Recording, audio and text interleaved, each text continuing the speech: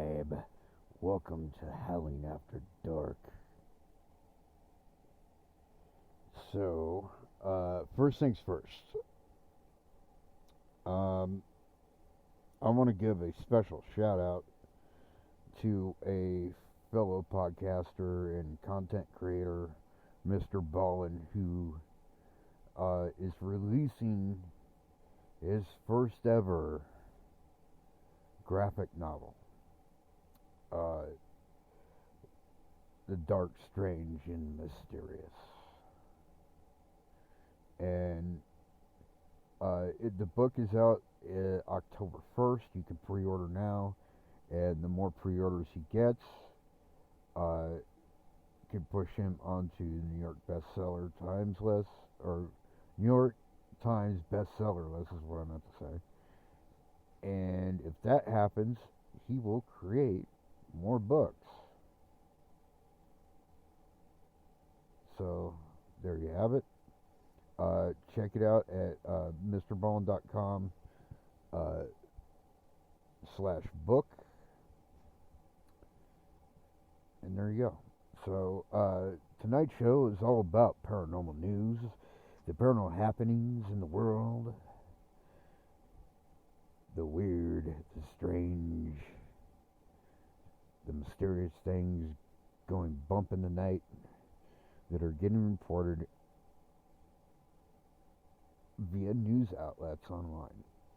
So, this first one kind of caught my eye because it's about a TikTok video.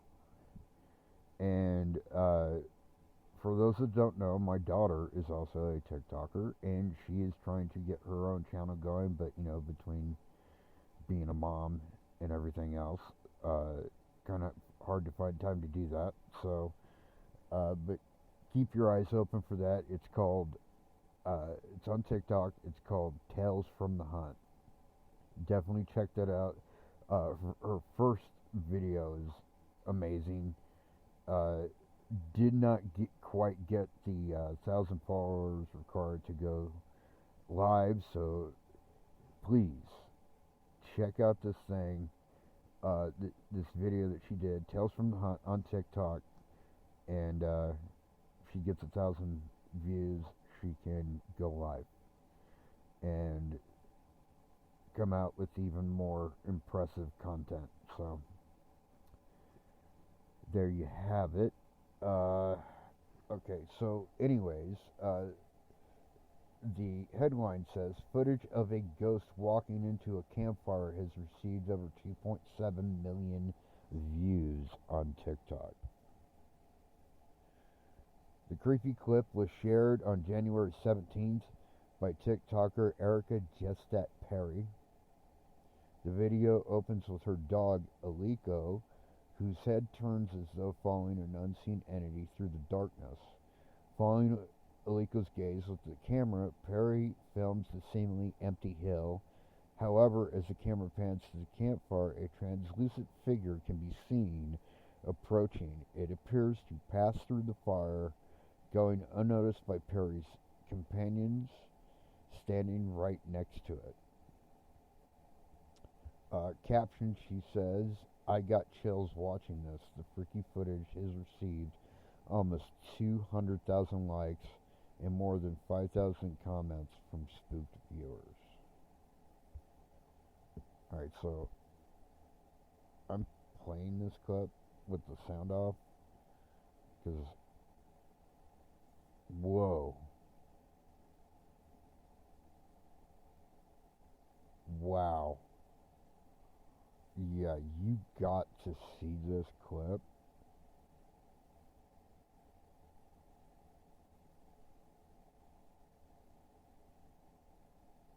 Holy crap, that was a full-bodied apparition, and it was pretty clear.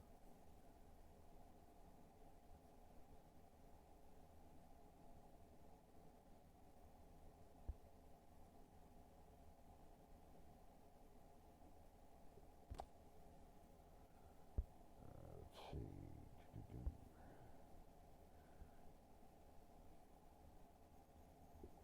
This one is also video footage. It's CCTV camera captures car door mysteriously opening by itself. Internet is stunned. A social media video captivated audiences after it appeared to show a car door opening all by itself. The unusual video, which its poster at Orchid Studio TX implies was filmed unexpectedly, has drawn in over 3.4 million views.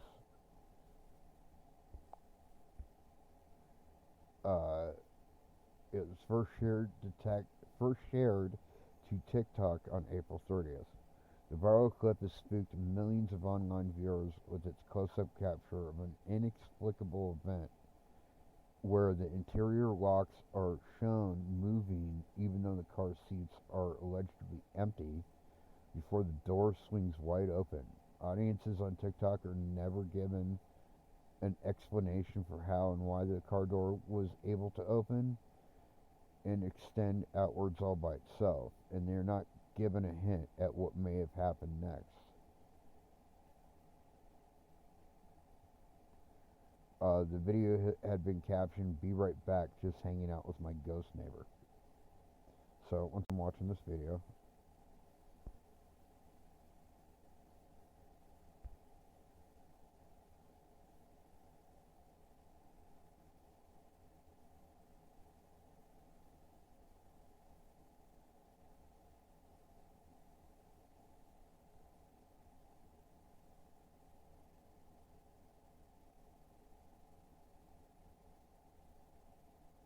okay.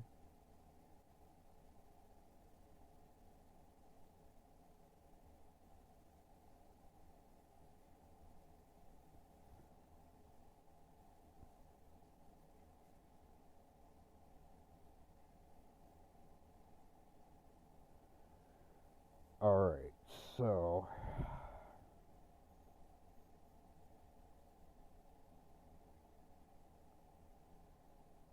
you do see some kind of movement inside the vehicle before the door opens.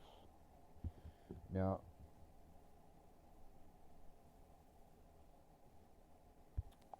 just to kind of play devil's advocate here, if you will, this video is pretty dark. I don't mean like it's dark content. I mean like the video itself is dark. It's actually hard to see into this car, which looks like it has tinted windows, by the way. So, is it possible it was fake? Yeah, technically it's possible. It doesn't look like it though, because they actually do show a close-up of the door as it opens, and there's nobody there.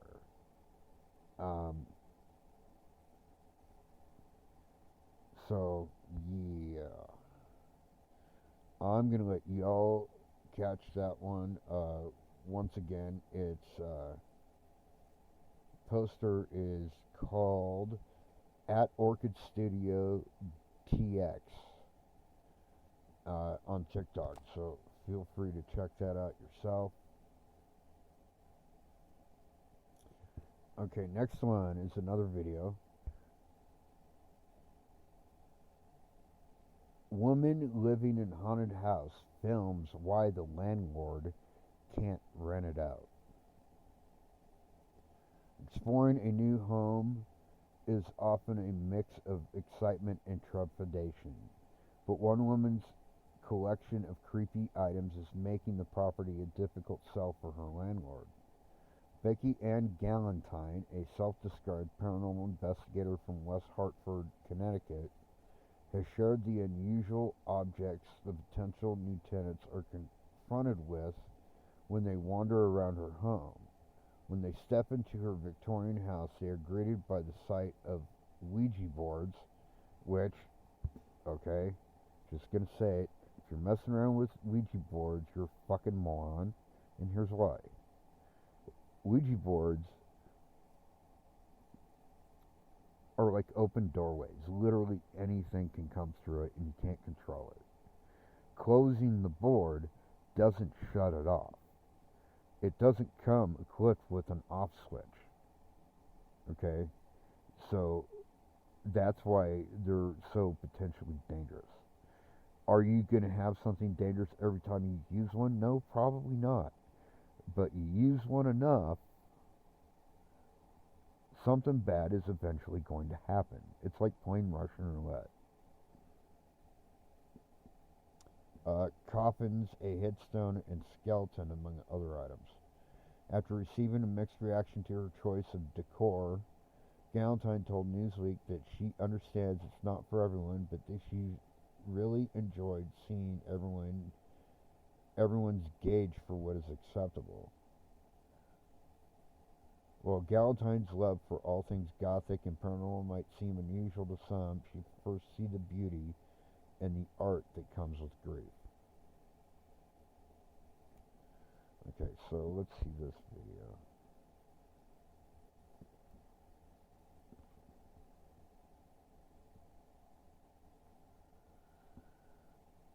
As it is loading.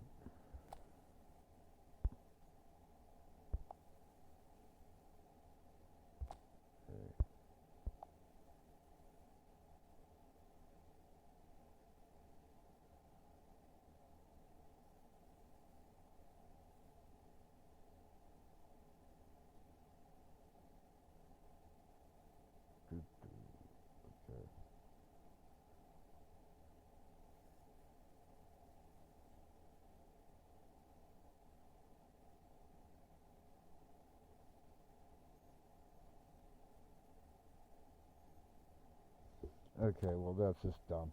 It's just her showing off like these like haunted items, I guess, that she has in her house, trying to be like Zach Bagans with his museum. But that's just fucking dumb.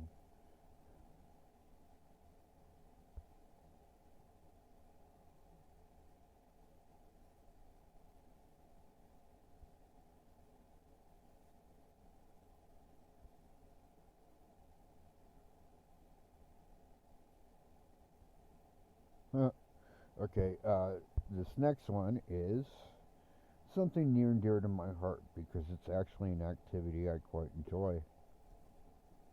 Go camping Halloween weekend at the most haunted campgrounds in the U.S. Have you ever wanted to stay somewhere haunted in the spirit of the spooky season? Here's your chance by camping at some of the most haunted campgrounds in the U.S. Research by rbtrader.com. The camping vehicle website compiled a list of the spookiest campgrounds to travel to this year if you dare. Braley Pond, Virginia is number one. At first, this camping site was used for fishing and hiking in the 1960s when it was constructed by the U.S. Forest Service.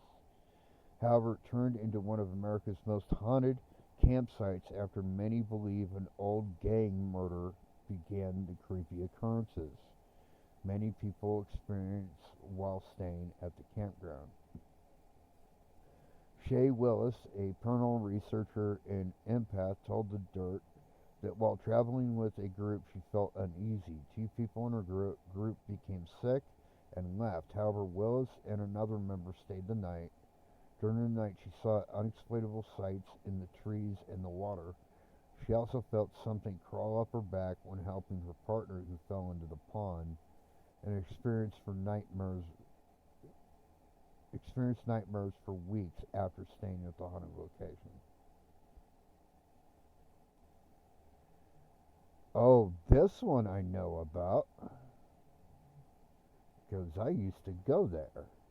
Lake Marina County Park, California.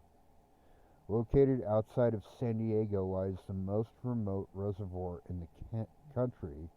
While staying in the vast desert and mountain landscape, many have witnessed a man who could walk on air, while others have spotted a woman in a long white dress and have heard heavy footsteps in the area. I've actually experienced this myself. Okay, this is not a joke. This is not just people making stuff up. I've actually seen this. Okay, I don't know about the man floating in the air, but the woman in white, I've seen her on two separate occasions in this park. And the heavy footsteps, we were camping, and I could hear heavy footsteps going around our tent, like circling our tent for like a good hour. And I'm looking out with the flashlight, and I hear the footsteps circle around to the front of the tent. And when it's in the front of the tent, there's freaking nobody there. Nobody shows up in the flashlight. This one actually, I don't think is all that far away. No, it's not. Holy Ghost Campground, New Mexico, our neck of the woods. The appropriate name for this campsite is located in a steep canyon in the Santa Fe National Forest. The legend says the name was given due to a priest that killed the Pueblo people who lived in the area in the late 17th century. However, other people believe it was the Pueblo people who killed the priest in self-defense. To this day, the priest haunts the campground. Many people have experienced hearing chanting in the forest, seen shadows lurking in the trees, and disappearing state troopers. Another one I'm very familiar with, because this is actually a ghost town located in my home state of Montana, Bannock State Park. The campground is located in an area of Bannock that was popular for its mining, as it was the site of a major gold discovery in 1862. Due to this, people traveled there in hopes of getting rich. At one point, nearly 5,000 people inhabited the town, which led to violence, including shootouts and hangings. Henry Plummer, the sheriff of the town at the time, was thought to be moonlighting as an outlaw, thus creating a vigilante committee of leaders around the region to stop the town's criminal activity. The group responsible for the hanging of Plummer, among other potential criminals. Some believe that Plummer's spirit haunts the campground. Other people have reported sounds of someone crying and sightings of a teenage girl, specifically Hotel Mead, a hotspot for lingering spirits. This I can attest to also, because it's been there.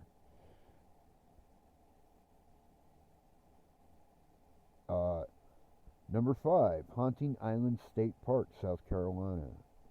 As the park has more than 1 million visitors each year, many come to visit the alleged haunted Hunting Island Lighthouse. One tale describes an old lighthouse keeper who did their best to save a boy who was drowning but ultimately failed. Many have reported that they can't see the lighthouse keeper on the beach trying to find the boy to save him. Or they can see. They can see.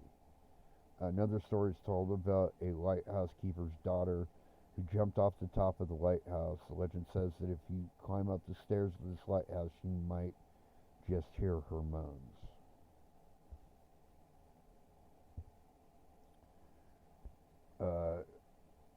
Number 6, Carl G. Washburn Memorial State Park in Oregon. When many think of ghosts on the scarier side, the spirit named Rue, who haunts the Carl G. Washburn Memorial State Park, is a rather helpful spirit. Rue is an alleged former caretaker of the property, and the Hasita Head Lighthouse employee of the area have experienced Rue wanting to help them with their duties, as well as reported her moving items in rooms and sitting on beds. It's a thrill to see experiences that campers report encountering at a campground for them to earn a haunted title. Lori Stacy, a representative of RVTrader.com, told Newsweek. All the stories have a shocking component that makes them entertaining to hear, and a must to share with RVers looking for adventure.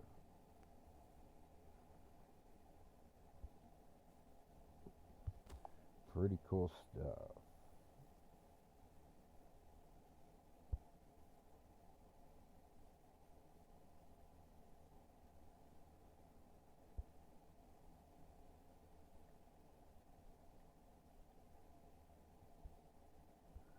Here we go.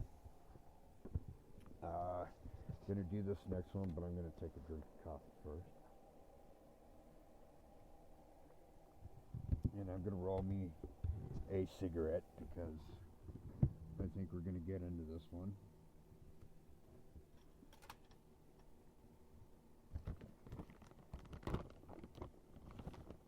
Give me 1 second, folks.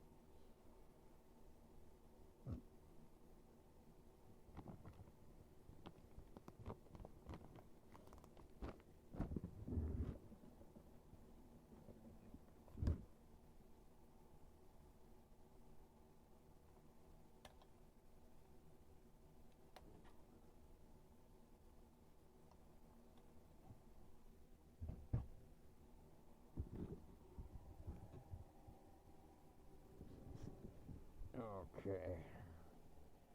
So, headline in this next one says, "Woman who sleeps in the Conjuring house reveals what it's really like."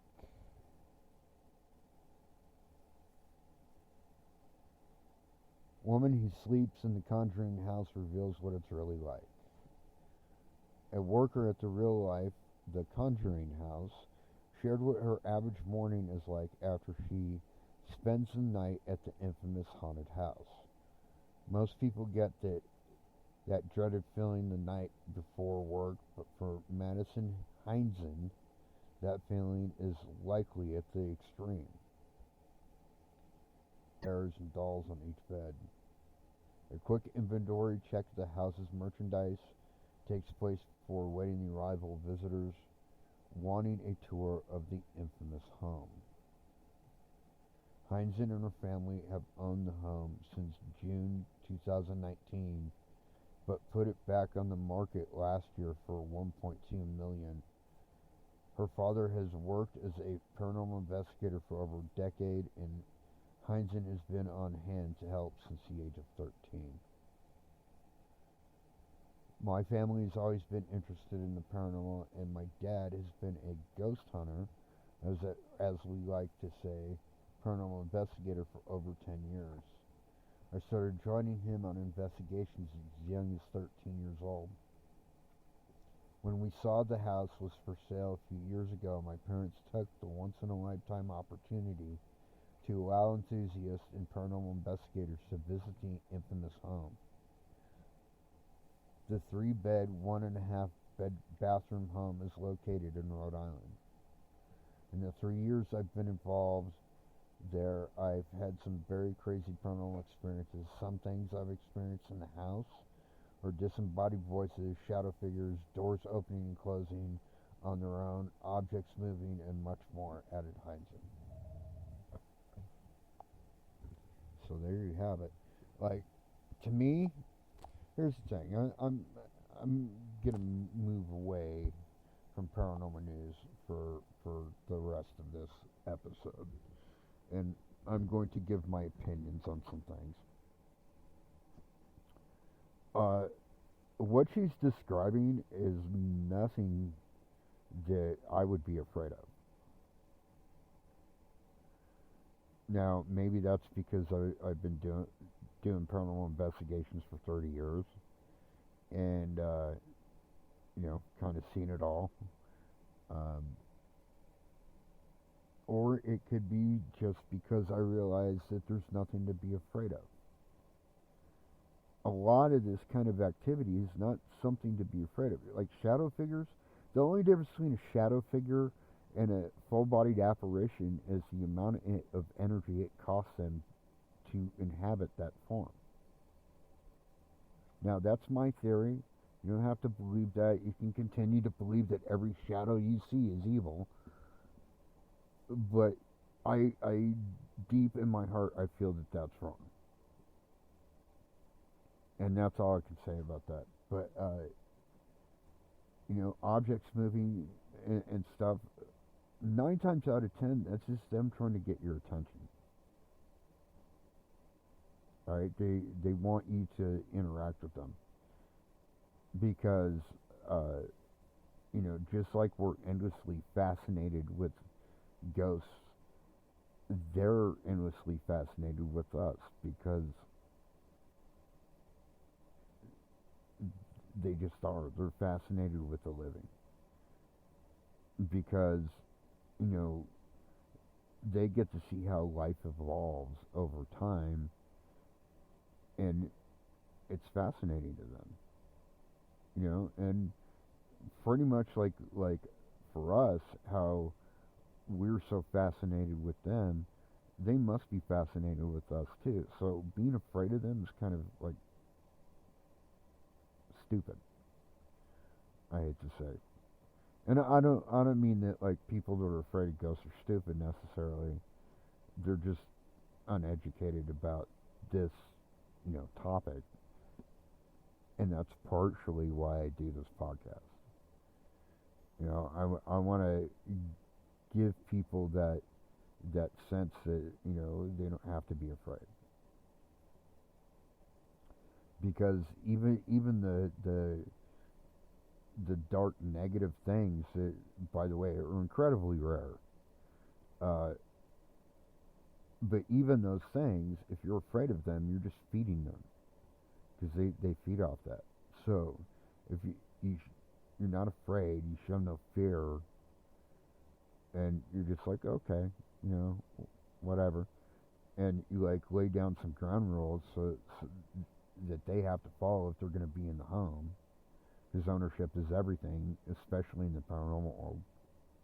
Uh, and you have no fear about it, then you know I think you find that you actually enjoy those interactions because for us it's like we get to interact with history every night, and for them it's like they get to peek into this future time, that is so far past the time that they lived, and so it's kind of a two-way street, and yeah, definitely not something to be afraid of. So like the fearful aspect, I've never agreed with.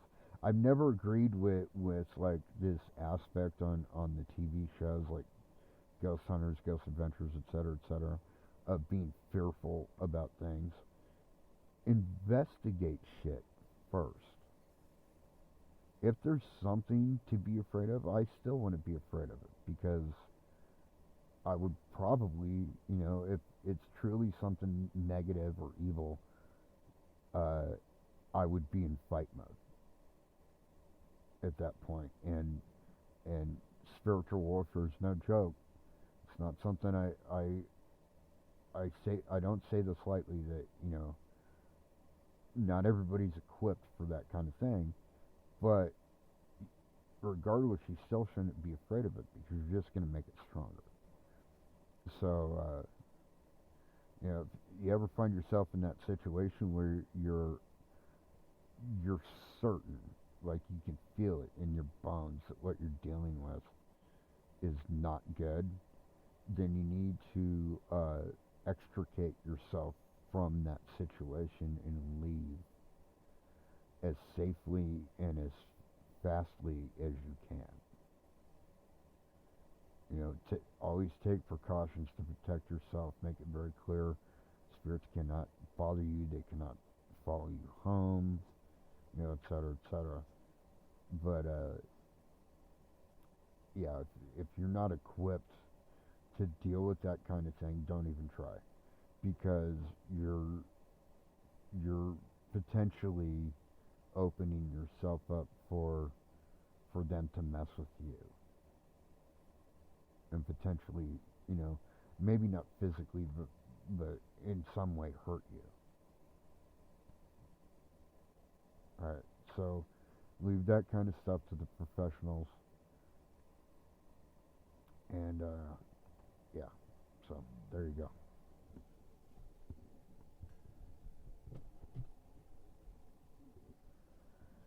So what I'd like to do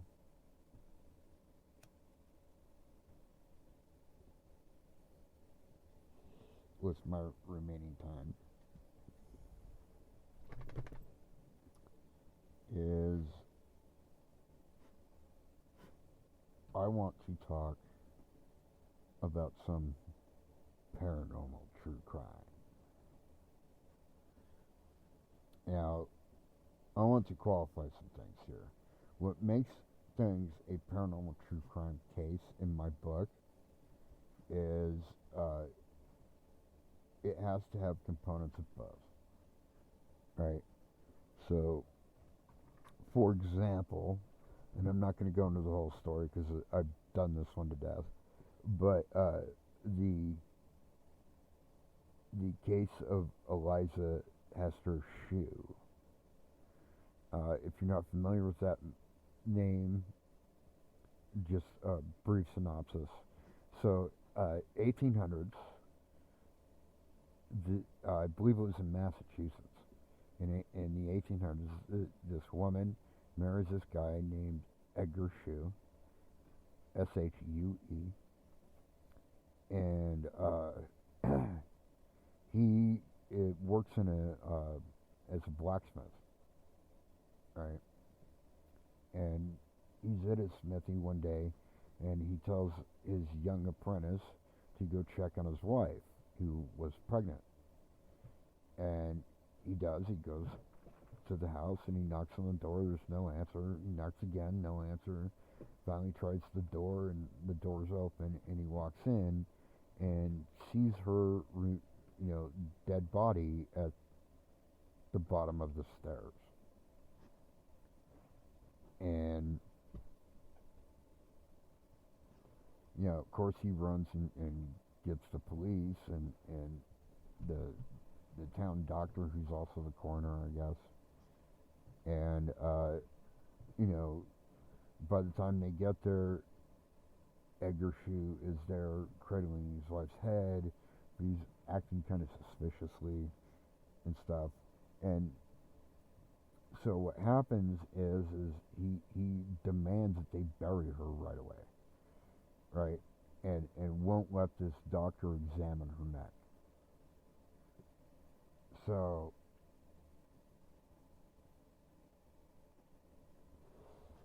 they have pretty fast funeral. He buries her. M- the Her mother is immediately suspicious of this guy, and at the funeral is just everybody else is crying and he's making a big scene, and she's just staring daggers at this guy through the whole service.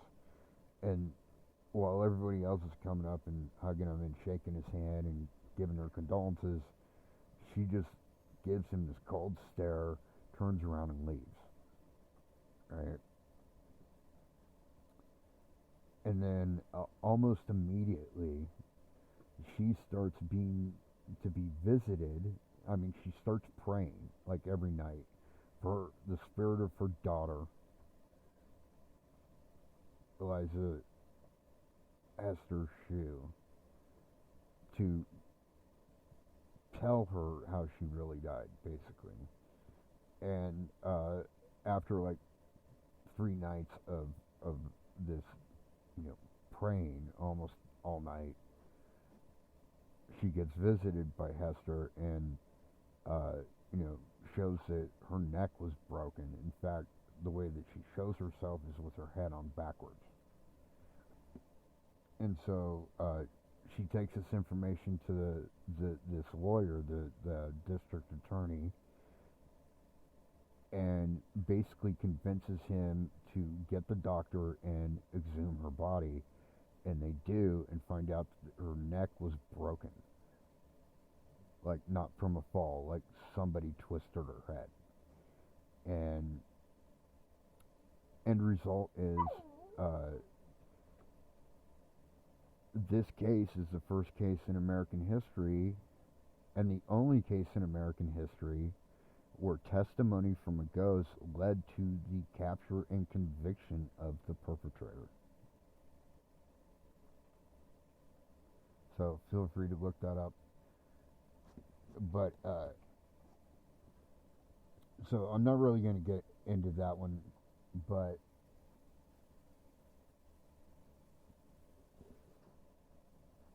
there's so many examples of paranormal true crime in the world. And one of my favorites, a lot of people disagree that it's paranormal, but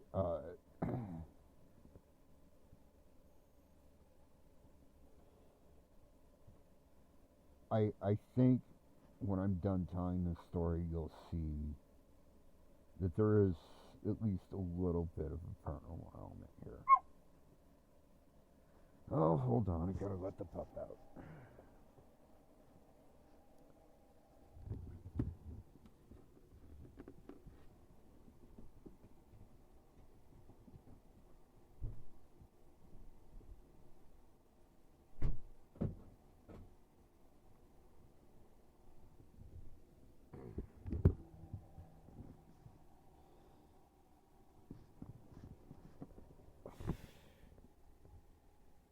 So,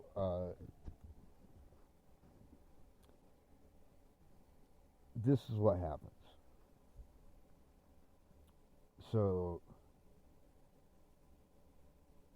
there's this woman. We'll call her Elizabeth.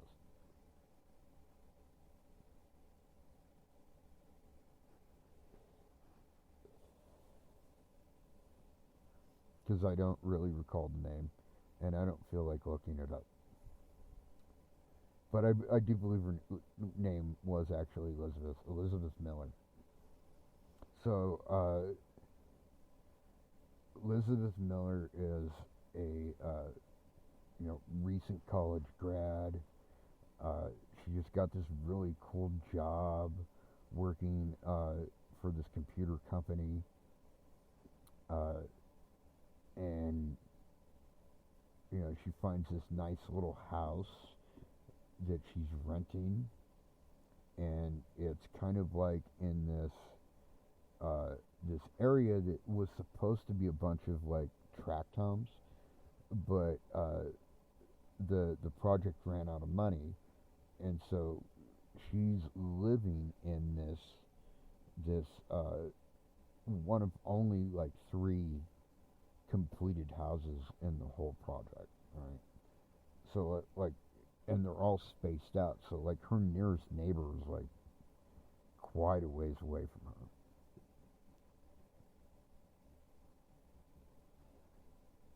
But she gets to know this neighbor, this nice lady, whose name is Esther. And Esther's a older lady. She's in her 70s, and but they form this bond, this kinship, and become close friends. And they have dinner at each other's houses, and Elizabeth goes to Esther's house to play pinochle and stuff, and just hang out and talk, and it's great. It's like almost a best friend kind of situation, despite their age difference. And one night they are supposed to have dinner at Esther's house at 8 o'clock, and 8 o'clock comes around, no Elizabeth. 8:30 comes around, still no Elizabeth. 9 o'clock comes around, no Elizabeth. Now, at this point, Esther had gotten to know not only Elizabeth, but by extension, her mom. She was raised by a single mother, and her mom's name was Andy, short for Andrea, and Esther calls Andy and says, "Hey, have you heard from Elizabeth?" And Andy's like, "No, I haven't heard from her since this morning." And she's like, "Well, would you mind trying to call her? Maybe she'll answer for you."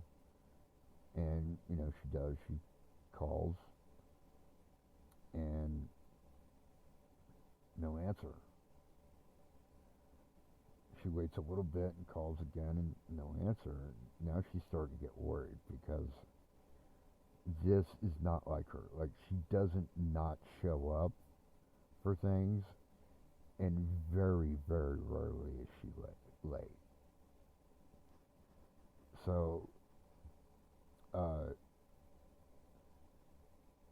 Andy calls Elizabeth's dad, who actually lives in the same area,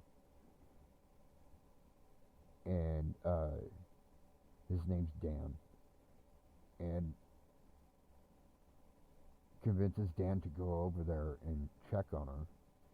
And Dan goes over there and knocks on the door, and there's no answer. But he can see that her car is there in the driveway, and the lights are on. So he opens the door and calls out to her, "Hey, Elizabeth, you here?" No answer. And so he starts looking through the house. He, goes into the living room, obviously right there, doesn't see her. Doesn't see her in the kitchen. Goes upstairs into her bedroom. She's not in the bedroom. Checks the bathroom, nothing. And then he goes backstairs, and when he gets to the living room, he sees that her purse and keys are right there on the coffee table.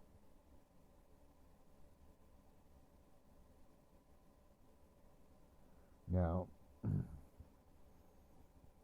if you're like me, you're probably already thinking something bad has happened here. And unfortunately, you would not be wrong.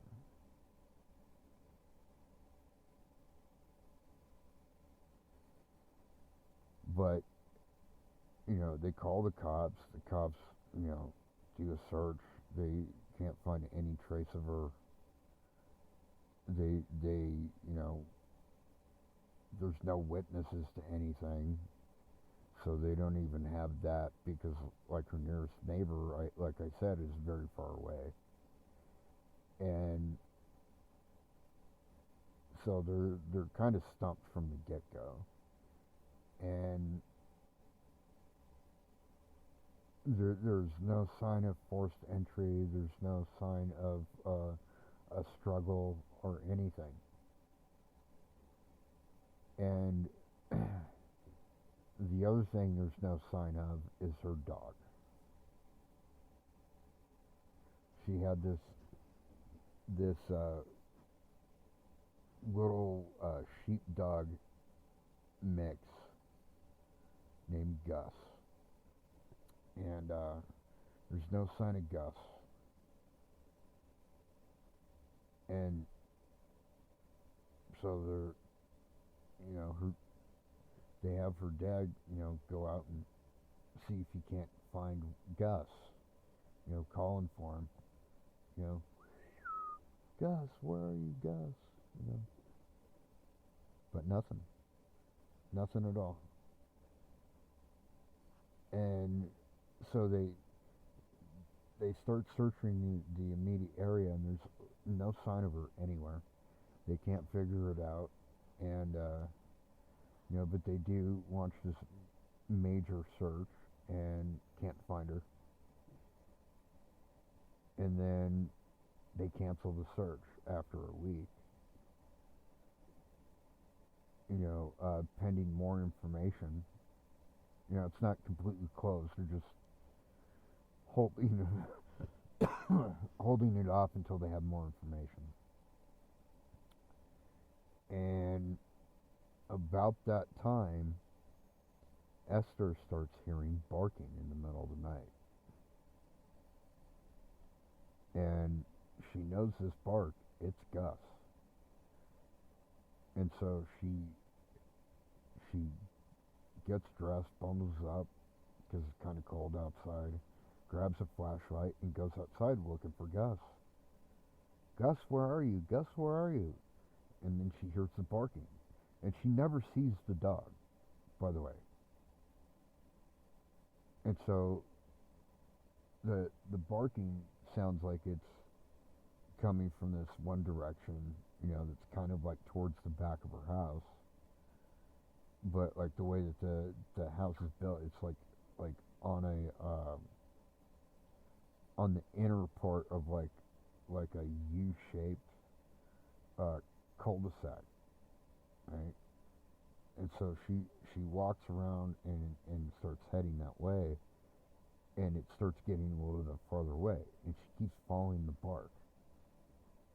She keeps following the bark. She keeps following the bark, and it keeps getting farther and farther away. But she's trying to keep up, and the whole time, like she's like this tract hum. There's no other hums there. Like like the ones that were just like frames, just the studs. They ended up taking back down because they couldn't finish the project.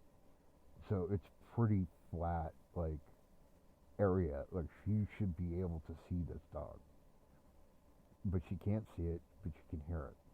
And so she keeps following the bark, and she notices that they're getting closer and closer to this forested area that's kind of like on the side of this area that was allocated for the tract home.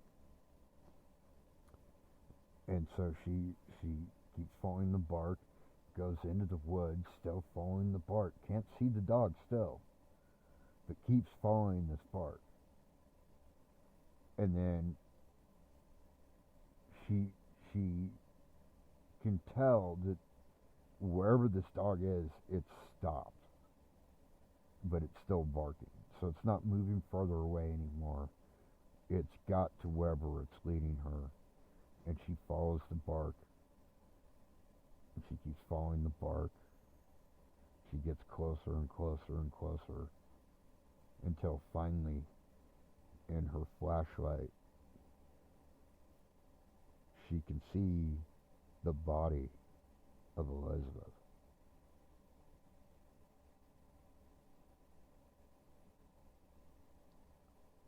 So she calls it in, and the police show up, and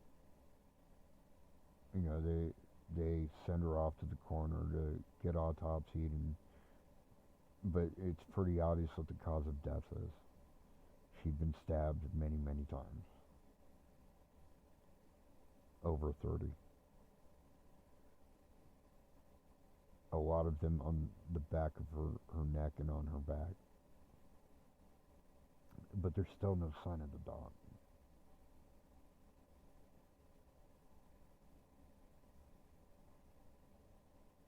The dog was never found. It's unclear if her killer killed the dog or not.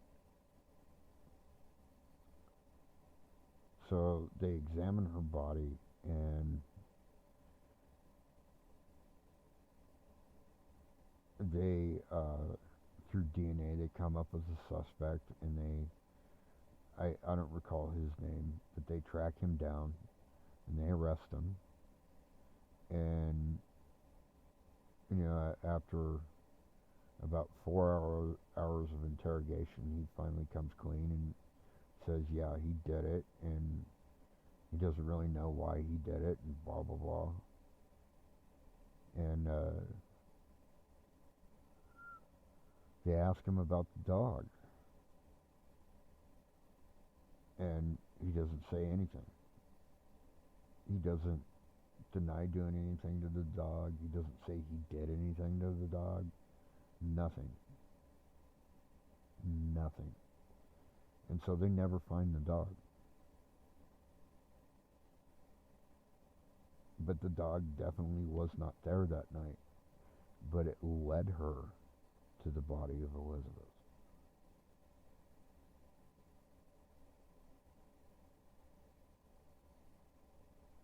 Now, a lot of people say that that's not paranormal. It was just her imagining the dog barking because she had such a strong connection to her that she could sense where she was, or yeah, you know how closed-minded people are. They always try and explain it away as something that they can fit into their little box, but it doesn't explain how she heard the barks. Doesn't explain how the barks led her to this body, and doesn't explain what happened to the dog.